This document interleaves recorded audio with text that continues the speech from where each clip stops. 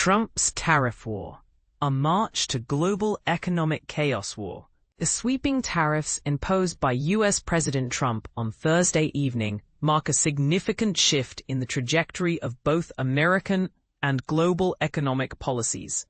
This executive order, targeting nearly every trading partner of the United States, represents a major step backward, reminiscent of the protectionist measures enacted during the Great Depression of the 1930s. These measures, which contributed to widespread economic turmoil and ultimately helped fuel the outbreak of World War II, are now being echoed in the current administration's actions. But here's where it gets controversial. The stakes today may be even higher.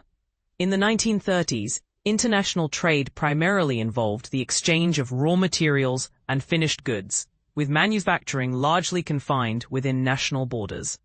Today, the global economy is deeply interconnected, with supply chains spanning multiple countries and continents. Almost no product can be said to originate from a single nation. This integration has intensified a fundamental contradiction within the capitalist system: the global nature of production versus the division of the world into competing national states and imperialist powers. Trump's tariffs signal the dismantling of the post-World War II trading order, which was designed to prevent the economic and political chaos of the 1930s from recurring. A senior administration official described the new approach as a new system of trade. But what does this really mean? To fully grasp the implications, we need to look at the historical context. The post-war order was built on reducing tariffs and removing trade barriers, aiming to foster economic growth and stability. These policies were also rooted in a geopolitical strategy. Recognizing that a world where each country pursued its own interests through protectionist measures would inevitably lead to conflict. The United States, as the dominant economic power, played a crucial role in reconstructing the global market, which it had become heavily dependent on. However, this very process of global economic revival and expansion gradually eroded U.S. dominance.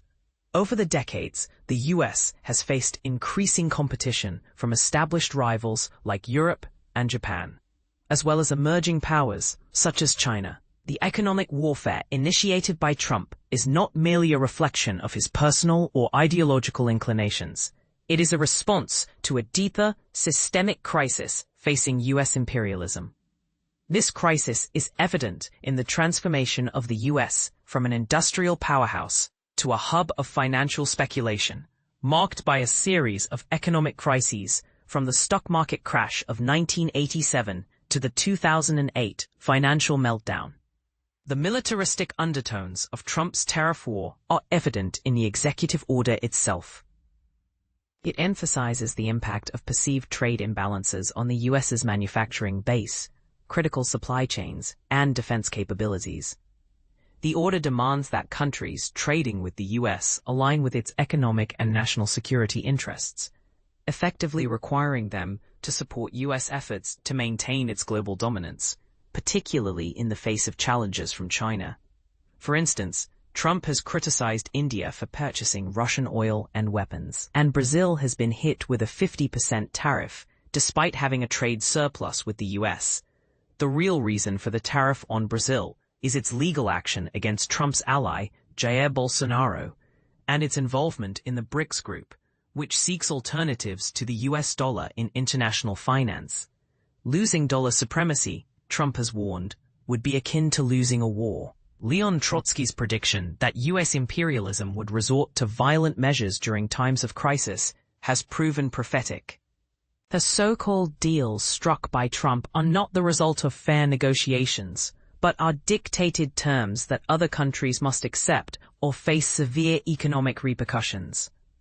The EU's capitulation to Trump's demands, under the threat of being cut off from U.S. markets, is a clear example. Despite the EU's claims of achieving certainty, the ruling classes in Europe know that this is just the beginning of a more aggressive U.S. agenda aimed at making them subservient. Similarly, Japan and other U.S. rivals will not accept a future where they are constantly subjugated. The seeds of a new inter-imperialist conflict have been sown, much like the tensions that led to World Wars I and II. While these conflicts were temporarily suppressed during the post-war era, the foundations of that stability have been shattered, and the contradictions are resurfacing. However, there is a crucial difference between the 1930s and today. Back then, the working class suffered significant defeats, notably with the rise of Nazism in Germany. Today, the working class is not defeated or demoralized. There is a growing movement towards the left, a rising anti-capitalist sentiment, and a turn towards socialism, especially among younger generations. The challenge now is to equip this movement with a clear vision. The crisis is not just a result of Trump's policies, but is rooted in the historical failure of the capitalist system and its nation-state framework. The solution lies in an internationalist perspective that unites the working class in a political struggle for socialism, with the slogan, "The main enemy is at home." For American workers, this means opposing the nationalist agenda promoted by Trump. Despite his claims that tariffs will revive American greatness and benefit workers, the reality is that tariffs increase costs for U.S. industries, leading employers to cut jobs and worsen working conditions to maintain profits. Workers worldwide must also resist the nationalist programs of their own ruling classes, as these lead to disaster. The call for a world socialist revolution, championed by the International Committee of the Fourth International, is not a utopian dream. As the capitalist system enters a new and more dangerous phase, this is the only realistic and viable program. The task is to build the leadership needed to fight for it. And this is the part most people miss. The future of global peace and prosperity depends on the working class taking control of its destiny. Trump's tariff tactics. A new level of bullying. In a world increasingly defined by division, one man has seemingly mastered the art of wielding power through intimidation. Forget subtle negotiations or careful diplomacy. Donald Trump has taken the concept of bullying to unprecedented heights. And while tariffs have been his weapon of choice, the ripple effects of his actions extend far beyond trade wars. Picture this, the butterfly effect, a theory that suggests the flap of a butterfly's wings in the Amazon could eventually lead to a hurricane halfway around the globe. Fascinating, right? But let's swap out butterflies for something more grounded. An electronic ankle monitor strapped to a 70-year-old Brazilian man accused of attempting a coup. That man is none other than Jair Bolsonaro, Brazil's former president, who now faces charges over his alleged efforts to overturn the results of the 2023 Brazilian election and block Luiz Inácio Lula da Silva from taking office. Fast forward, and thousands of miles north, Washington, D.C. finds itself caught in the whirlwind sparked by this legal drama. Now you might be wondering how these two figures are connected. Well, back in their heyday, Trump and Bolsonaro were kindred spirits, both anti-establishment firebrands who vowed to restore greatness to their nations. Yet both also faced criticism for refusing to accept democratic outcomes when those didn't align with their vision. Sound familiar? It's no secret that Trump thrives in chaos. His first 6 months back in the White House have already delivered countless surreal moments, leaving observers struggling to keep up. Take his tariff policies, for instance. These import penalties have fluctuated wildly, targeting dozens of countries without much rhyme or reason. One moment, nations like Canada find themselves slapped with punitive measures. The next, entire industries are thrown into disarray as they scramble to adapt.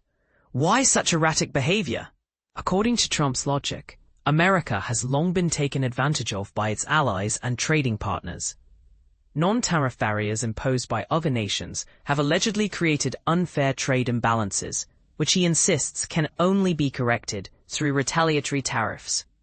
During his infamous Liberation Day event at the White House, Trump even tied the severity of the tariffs directly to the size of each country's trade deficit with the U.S. It was crude, poorly thought out, and yet somehow consistent with his approach to governance. So where does Bolsonaro fit into all of this? Here's where things get controversial. In response to the criminal charges against Bolsonaro, Trump has imposed crippling 50% tariffs on Brazilian goods destined for the US, a move that will remain in effect until the charges are dropped. But wait a minute, wasn't the rationale behind the tariffs supposed to hinge on trade deficits between Brazil and the US? There's hardly any significant surplus or deficit. So why intervene so aggressively in another nation's judicial process? Shouldn't the courts in Brasilia be allowed to operate independently? These are valid questions, but they miss the point. This isn't about economics or fairness. It's about leverage. For an authoritarian-leaning leader like Trump, imposing devastating financial penalties serves as a blunt force tool to bend others to his will. And it doesn't stop with Brazil. Consider Canada, which recently announced plans to recognize Palestine under certain conditions. In retaliation, Trump hiked tariffs on Canadian goods from 25% to 35%. Meanwhile, Britain, another country considering similar moves, hasn't faced comparable threats. Why the double standard? Good luck finding a coherent explanation. Theodore Roosevelt once coined the term bully pulpit to describe the unparalleled influence wielded by a US president. Back then, it referred to the ability to shape national discourse and pressure opponents in ways unavailable to anyone else. Today, however, Trump has redefined what that means. Whether it's strong-arming major law firms into performing pro bono work valued at $125 million apiece, or extorting universities like Harvard into paying exorbitant settlements, Trump leaves no stone unturned in his quest for compliance. Even media giants aren't safe. CBS, for example, axed The Late Show with Stephen Colbert after years of tension between the comedian and Trump. Critics speculate the decision was made to appease Trump ahead of a multi-billion-dollar merger deal with Skydance Media, and lo and behold, the merger received approval shortly afterward. Colbert himself responded with characteristic wit, telling Trump exactly where he could shove his demands. For now, Brazil appears unwilling to bow to Trump's pressure, employing diplomatic language to mask its defiance. Similarly, Canada must decide whether to push back or capitulate. Either way, the message is clear. Whether you are a sovereign state, a media conglomerate, or a prestigious university, crossing Donald Trump comes with consequences. But here's the real question. Is this acceptable? Should a single individual wield so much unchecked power? As we watch these events unfold, it's worth asking ourselves, where do we draw the line? And perhaps more importantly, what happens when others refuse to play along?